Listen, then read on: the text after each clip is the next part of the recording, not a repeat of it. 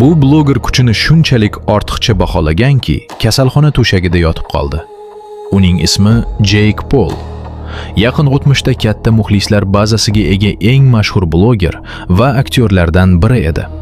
U 2018-yil oxirida boksga keldi va darhol cho'qqisda bo'lmagan sobiq MMA yulduzlari bilan jang qilish yo'lini tanladi.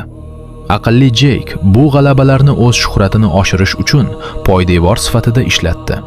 Bir paytda u o'zining yengilmasligiga ishonib, boks olamidagi haqiqiy kuch, 2012-yil Olimpiada chempioni, 3 versiyada jahon chempioni bo'lgan, og'ir vazn toifasida yillar davomida kurashgan Britaniya imperiyasi ordeni kavaleri Anthony Joshuaga qarshi chiqdi.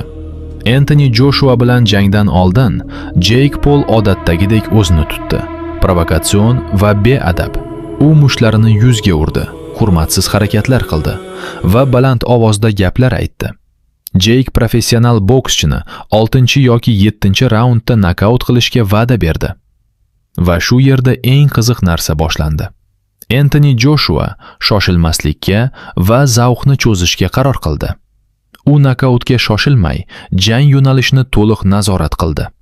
Ba'zi paytlarda Joshua biroz haddan oshib, rejalashtirilganidan kuchliroq zarba berdi.